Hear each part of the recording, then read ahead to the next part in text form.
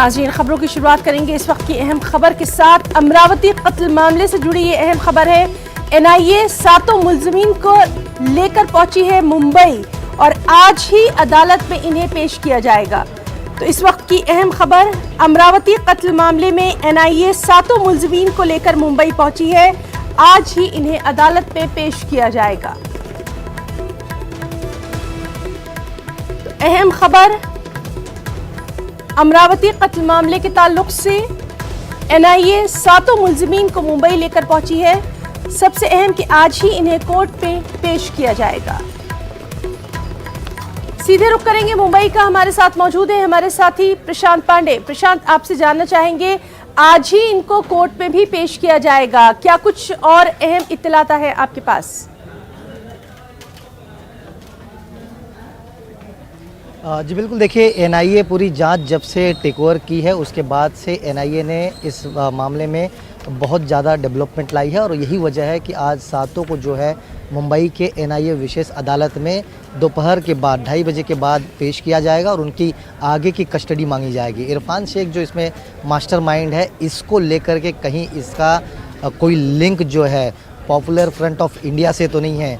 उनके मुखिया से कल एनआईए ने 8 से 10 घंटे पूछताछ की है और इसके अकाउंट को भी खंगाला जा रहा है कि कहीं पॉपुलर फ्रंट ऑफ इंडिया से तो इसे फंडिंग नहीं होती थी। इस मामले में इस एंगल से एनआईए अभी जांच कर रही है। वहीं दूसरी तरफ मैं आपको बता दूं कि कल अमरावती में 13 जगहों पर एनआईए ने छापेमारी की थी। इस छापेमारी में एनआईए के हाथ कुछ दस्तावेज लगे हैं, कुछ पेन ड्राइव्स लगे हैं और कुछ ऐसी चीज़ें लगी हैं जिसको आज अदालत में एनआईए अपने कोर्ट में रखेगी और साथ ही इन 7 की आगे की कस्टडी मांग करेगी। देखना ये होगा कि जब आज 7 को पेश किया जाएगा तो रिमांड कॉपी में और क्या कुछ बातें एनआईए रखती है, क्योंकि कल जो छापेमारी की गई है और दूसरी तरफ जो पॉपुलर फ्रंट ऑफ इंडिया के चीफ से जो पूछताछ की है तो उसमें तमाम चीज़ें निचोड़ करके रिमांड कॉपी में रखेंगे और रिमांड कॉपी अदालत में रखने के बाद उसी बेस पर आगे की 7 की जो है कस्टडी की मांग की जाएगी। बहरहाल 7 को जो है आज मुंबई लाया गया है। 2:30 बजे बाद यानी लंच के बाद जो है अदालत में 7 को पेश किया जाएगा और आगे की कार्रवाई एनआईए करेगी। जी बिल्कुल प्रशांत, तो इस बेहद अहम कार्रवाई पर लगातार हमारी नज़र बनी रहेगी। आपसे अपडेट लगातार नाज़रीन तक पहुंचाते रहेंगे। बहुत बहुत शुक्रिया आपका तमाम तर तफसीलात के लिए। एक और अहम खबर, ऑल्ट न्यूज़ के मुआवन बानी और फैक्ट चेकर मोहम्मद जुबैर ने जमानत के लिए सुप्रीम कोर्ट का दरवाज़ा खटखटाया है। जुबैर के वकील कोलिन गोंजाल्विस का कहना है कि उनके मुवक्किल मोहम्मद जुबैर को जान से मारने की धमकी दी जा रही है। वो उनकी सलामती के ताल्लुक से फिक्रमंद है। वकील ने अदालत से जमानत की अर्जी पर जल्द समाअत करने की गुजारिश की, जिस पर अदालत ने कहा कि अगर रजिस्ट्री की जानिब से मामले का इंदराज किया जाता है तो इस सूरत में 8 जुलाई यानी कल अदालत अर्जी पर समाअत करेगी।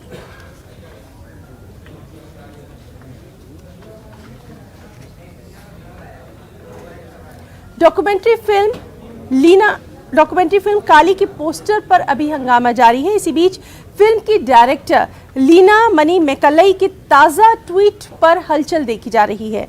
ट्वीट में लीना ने एक तस्वीर भी शेयर की है। इसमें भगवान शिव और पार्वती का किरदार निभाने वाले अदाकारों को सिगरेट नोशी करते दिखाया गया है।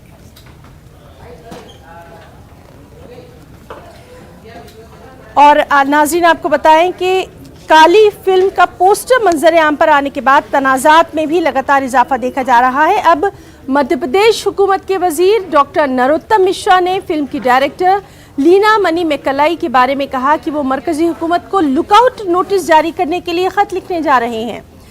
डॉक्टर नरोत्तम मिश्रा ने यह भी कहा कि अब वो यानी लीना जो कुछ कर रही हैं वो जानबूझकर कर रही हैं। नरोत्तम मिश्रा ने यह भी कहा कि वो ट्विटर इंतजामिया को भी इस बारे में खत लिख रहे हैं।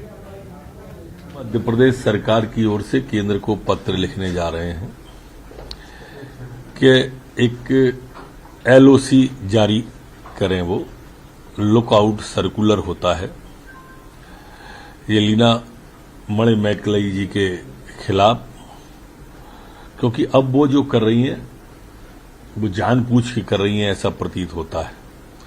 तो इन दोष पर तत्काल कार्रवाई हो, इसके लिए हमने केस रजिस्टर तो कर ही दिया था और केंद्र को भी आज हम एलओसी के लिए लिख देंगे। दूसरा, आज हम एक पत्र ट्विटर को भी लिख रहे हैं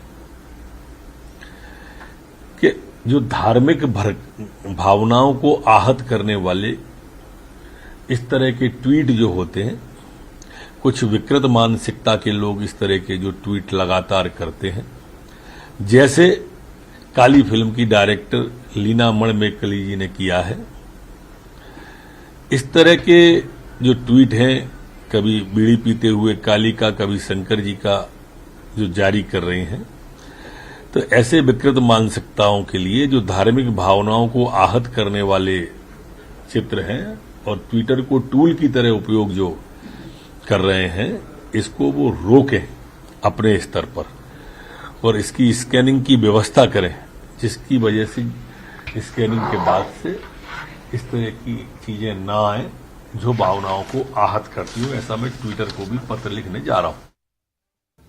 एक और अहम खबर, तृणमूल कांग्रेस की रुकने पार्लियामान महुआ मोइत्रा पर 4 जानिब से हमले किए जा रहे हैं। उनके खिलाफ 2 मुकदमे भी दर्ज किए जा चुके हैं। इस बीच बीजेपी लीडर अमित मालविया ने ट्वीट करके मगरबी बंगाल की वज़ीर आला ममता बनर्जी पर निशाना साधा। उन्होंने लिखा कि काली पर महुआ के तबसरे पर ममता बनर्जी की खामोशी से ये साफ है कि महुआ को ममता की तायद हासिल है। अमित मालविया ने मजीद लिखा कि महुआ की पुष्पनाही करके ममता बंगाली हिंदुओं के जज्बात को मजबूर कर रही हैं।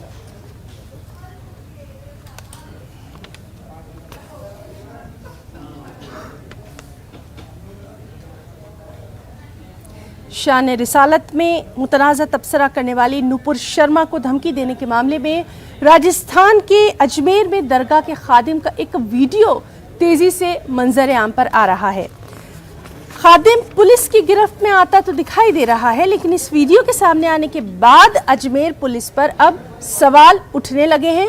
दूसरी जानिब इस वीडियो के मंजर आम पर आने के बाद अजमेर दरगाह के डीएसपी संदीप सारस्वत एपीओ किया गया है। एपीओ का मतलब है आउटिंग पोस्टिंग ऑर्डर, दूसरे लफ्जों में उनको लाइन हाजिर किया गया। दरअसल गिरफ्तारी के वक्त सारस्वत को सलमान को ये कहकर अपना दिफा करने का मशवरा देते हुए देखा जा रहा है कि वो नशे में है, यानी सलमान ये कहे कि वो वीडियो जारी करते वक्त नशे में था।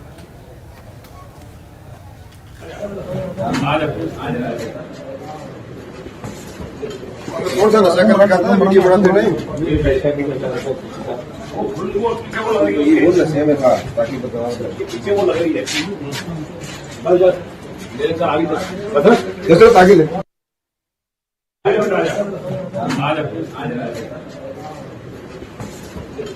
कौन सा नशा कर रखा था? वीडियो बनाते नहीं,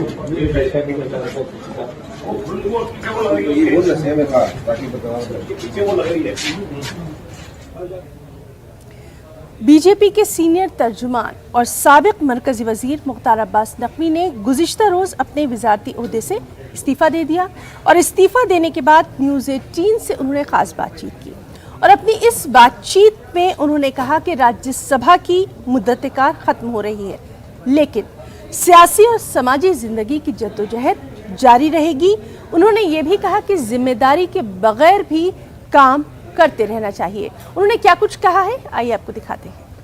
बड़ा लंबा कार्यकाल रहा, 7 साल से ज़्यादा मंत्रालय में रहे, कल इस्तीफा दिया, क्या कुछ कहेंगे, कैसा एक्सपीरियंस रहा? देखो भैया, राज्यसभा का कार्यकाल पूरा हो गया, संसद का कार्यकाल पूरा हो गया, सियासी और सामाजिक जीवन का कार्यकाल कभी पूरा नहीं होता।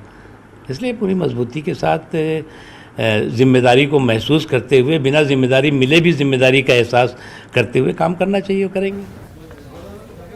इसी के साथ रुकना चाहेंगे एक छोटी सी ब्रेक के लिए, जल्द लौटेंगे।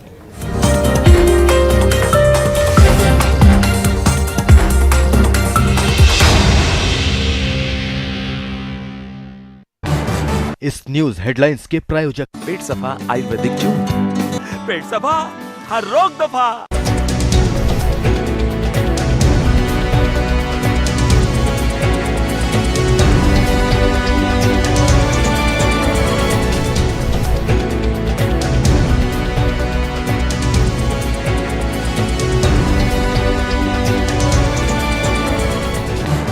इस न्यूज हेडलाइंस के प्रायोजक पेट सफा आयुर्वेदिक जूस, पेट सफा हर रोग दफा।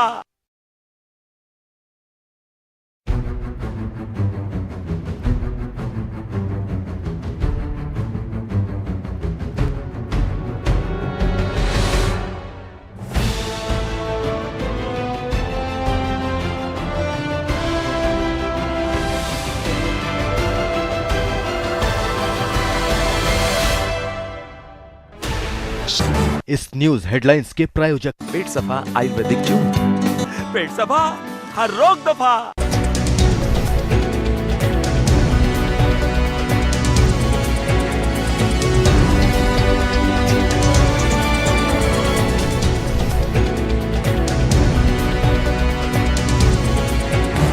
इस न्यूज हेडलाइंस के प्रायोजक पेट सफा आयुर्वेदिक जून, पेट सफा हर रोग दफा।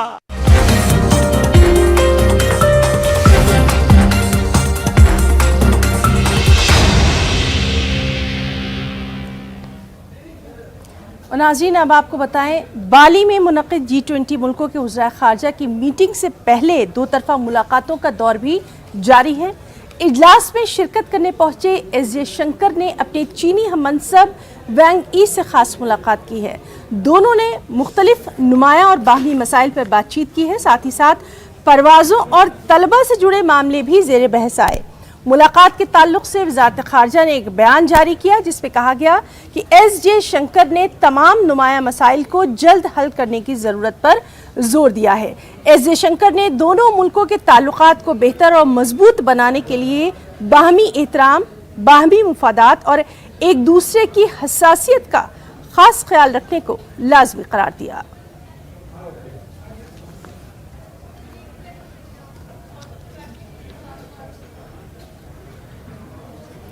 एक और अहम खबर, मज़हब इस्लाम और साइंस के मौजू पर रिसर्च कर रहे बेंगलुरु के डॉक्टर मज़हरुल अमीन ने अपनी तहकीक यानी अपनी रिसर्च के ज़रिए मज़ीद इंकशाफात किए हैं।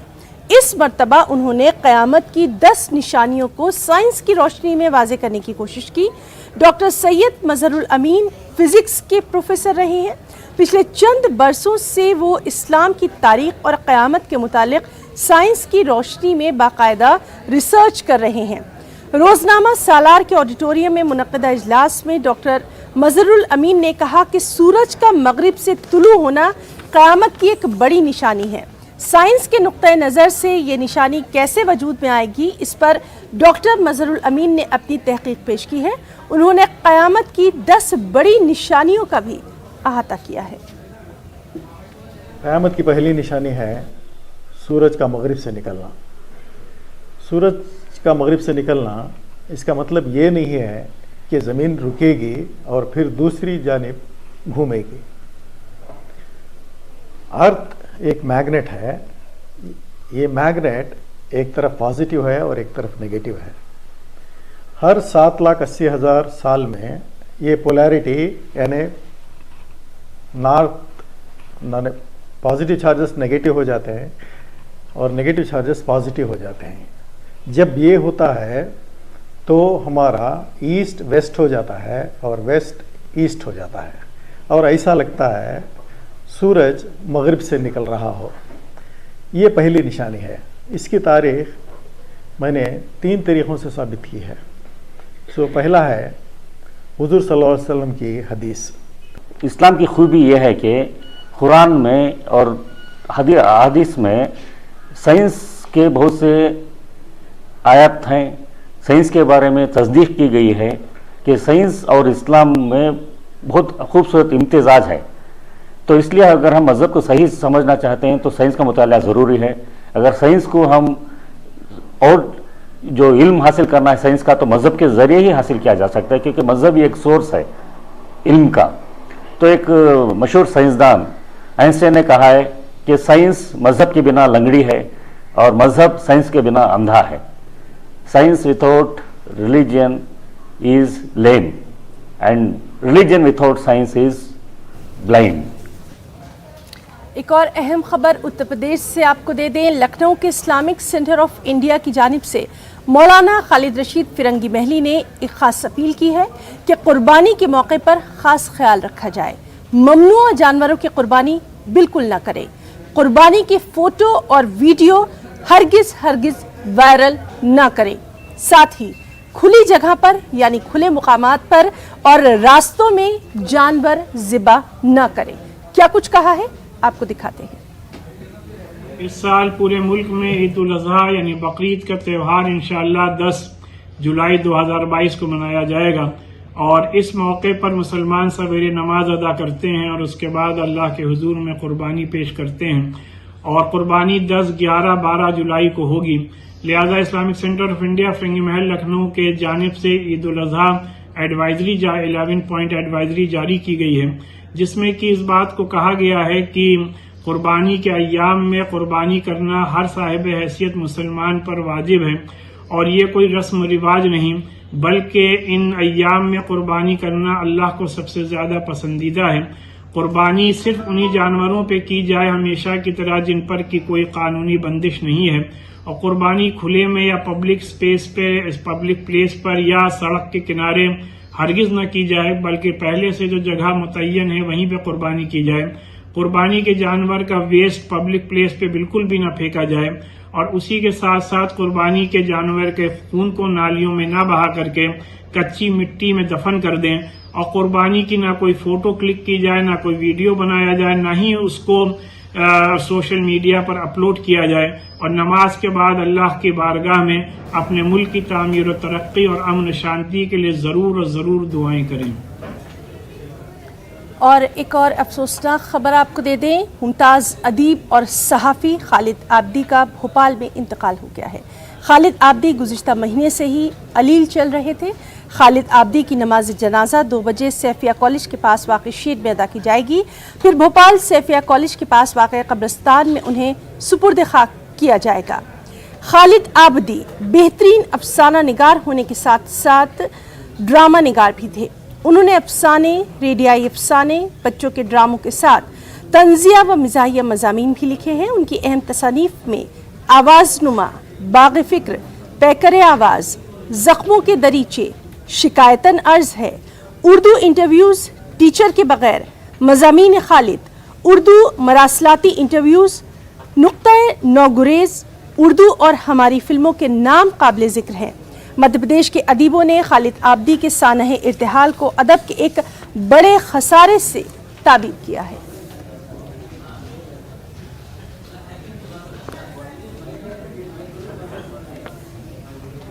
और अब बात करेंगे कोरोना की। जी हां, मुल्क में कोरोना के एक्टिव मामलों में लगातार इजाफा देखा जा रहा है।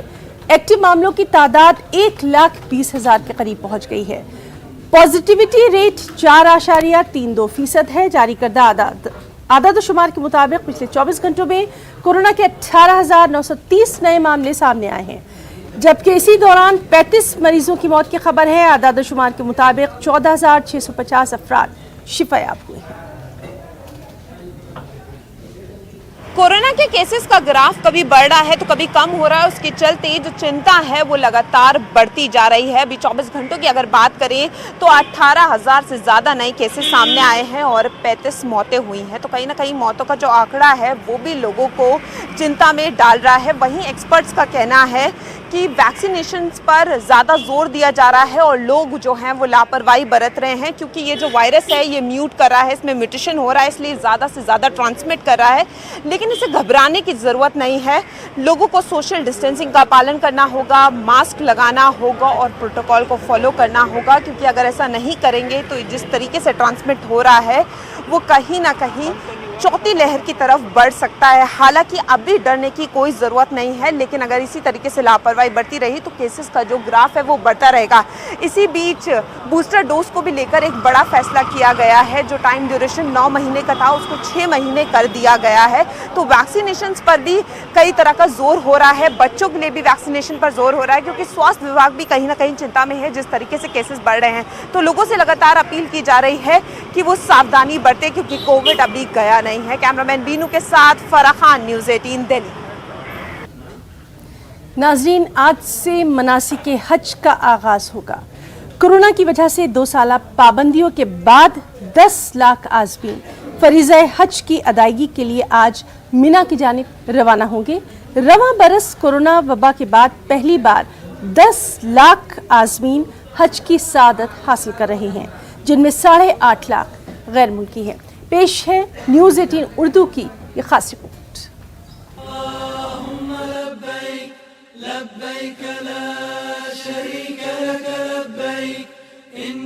फर्जंदाने तौहीद को जिस घड़ी का बेसब्री से इंतजार था वो अब आ चुका है। कोरोना की तबाहकारियों के 2 साल बाद आज़मीन को हज की सआदत हासिल होने वाली है। लब्बैक अल्लाहुम्मा लब्बैक की सदा से फजा गूंज उठी है। खुदा और रसूल की मोहब्बत में उबाल आया है। आज़मीन हज दुनिया व माफिया से बेजार होकर मनासिक हज की अदायगी के लिए तैयार हैं। दुनिया के मुख्तलिफ ममालिक से आने वाले आज़मीन हज आज यानी 7 और कल 8 ज़िलहिज्जा की दरमियानी शब मक्का मुकर्रमा से मिना के लिए रवाना होंगे, जहां 2 साल के तवील इंतज़ार के बाद आज़मीन हज के क़याम के लिए दुनिया की सबसे बड़ी खीमा बस्ती जदीद सहूलतों के साथ आबाद हो चुकी है। मनासिक हज के मुताबिक आज़मीन हज को 8 ज़िलहिज्जा के दिन मिना में अपने खेमों ही में क़याम करना होगा, जहां से वो ज़ोहर, असर, मगरिब और इशा की अदायगी के बाद 9 ज़िलहिज्जा की नमाज फजर अदा करने के बाद वकूफ़ अरफा के लिए रवाना हो जाएंगे। यह अमल अगले दिन की नमाज ज़ोहर तक मुकम्मल होगा। आज़मीन हज 9 ज़िलहिज्जा जुमरात के रोज़ मैदान अरफात पहुँचकर नमाज ज़ोहर और असर अपने खेमों ही में अदा करेंगे और मगरिब तक मैदान अरफात में क़याम करेंगे, जहाँ हुज्जाज कराम अपने रब की बारगाह में खुसूसी दुआएं और इबादात का एहतमाम करेंगे। 9 ज़िलहिज्जा को गुरूब आफ्ताब होते ही हुज्जाज कराम नमाज मगरिब अदा किए बगैर मुज़दलिफ़ा की जानिब रवाना होंगे और वहां पहुंचकर मगरिब और इशा की नमाज इकट्ठी अदा करेंगे।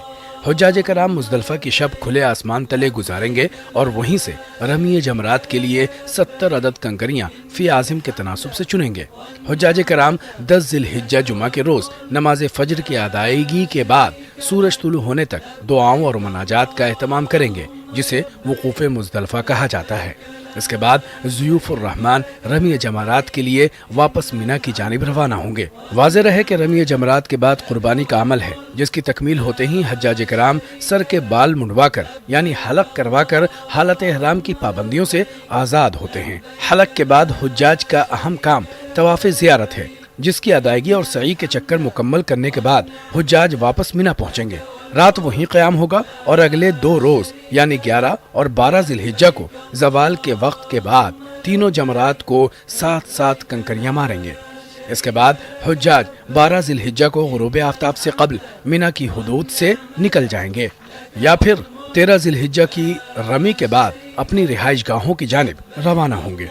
काबिल जिक्र है कि रमा बरस कोरोना वबा के बाद पहली बार 10 लाख आज़मीन हज की सआदत हासिल कर रहे हैं, जिनमें 8.5 लाख गैर मुल्की शामिल हैं। हज सिक्योरिटी फोर्सेस का कहना है कि अहम तरीन मौका पर अमन सलामती के तमाम इंतजामात मुकम्मल हैं। Bureau report, news 18 Urdu.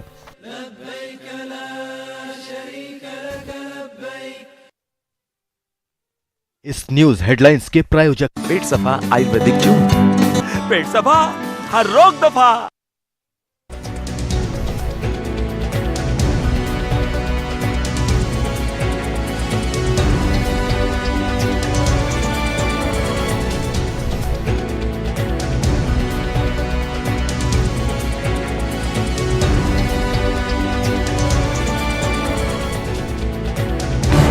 इस न्यूज़ हेडलाइंस के प्रायोजक पेट सफा आयुर्वेदिक जूस, पेट सफा हर रोग दफा।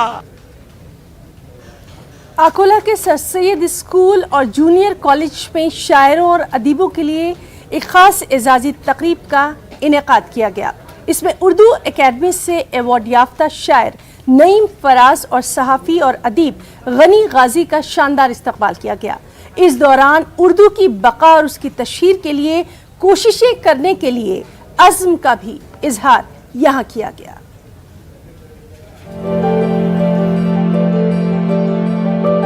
अकोला और बुल्डाना जिले में उर्दू से दुनिया भर में अपना और अपने शहर का नाम रोशन करने वाले एक अदीब और एक शायर को हाल ही में उर्दू एकेडमी महाराष्ट्र की जानिब से एजाज से नवाजा गया, जिसमें अकोला के मारूफ शायर नईम फराज और बुल्डाना जिले के डॉक्टर गनी गाजी शामिल हैं। अकोला के सर सैयद स्कूल और जूनियर कॉलेज में इन दोनों के लिए एक एजाजी तकरीब का इनेकाद किया गया। महाराष्ट्र उर्दू अकादमी की जानिब से 2019 का जो न्यू टैलेंट अवार्ड दिया गया, उसके लिए मैं महाराष्ट्र उर्दू अकादमी का ममनून हूँ। उसी ज़िम्न में आज यहाँ पर शाह बाबू सोसाइटी की जानिब से एक एजाज़ी तकरीब का इनेकाद किया गया था मोहतरम इसाक राही साहब की जानिब से। मैं इसाक राही साहब का भी शुक्रिया अदा करता हूँ। महाराष्ट्र स्टेट उर्दू साहित्य अकादमी का 2019-20 का मुझे खुसूसी अदबी अवार्ड मिला है। मैं शुक्रगुजार हूँ शाह बाबू उर्दू एजुकेशन सोसाइटी का कि उन्होंने यहाँ मेरा एजाज़ किया, मुझे बुलाया। इस तकरीब में बीजेपी लीडर और साबिक रियासती वजीर डॉक्टर रंजीत पाटिल ने भी इन दोनों की अदब दोस्ती और इनकी खिदमत का एतराफ़ किया। इन्होंने कहा कि ऐसे लोगों की मेहनत से ही उर्दू जैसी शीरीं ज़बान आज भी जिंदा है। उर्दू एकेडमी के स्टेट लेवल के अवार्डी सम्मान्य श्री घानी गाजी साहब और सम्मान्य श्री नईम फराज साहब, इन लोगों को आज फेलिसिटेशन में एक संदेश, एक मैसेज सम्मान्य श्री इसाक राइस साहब ने दिया है।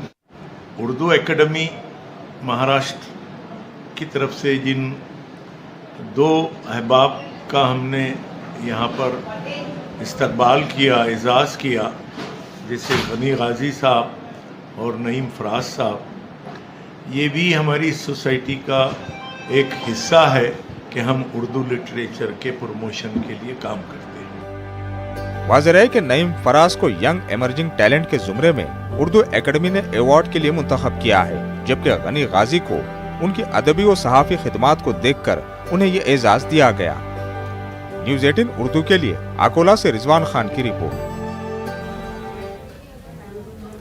तो न्यूज़ 18 उर्दू के न्यूज़ रूम लाइव में आज के लिए फिलहाल इतना ही। हमारी पूरी टीम को दें इजाज़त। आदाब।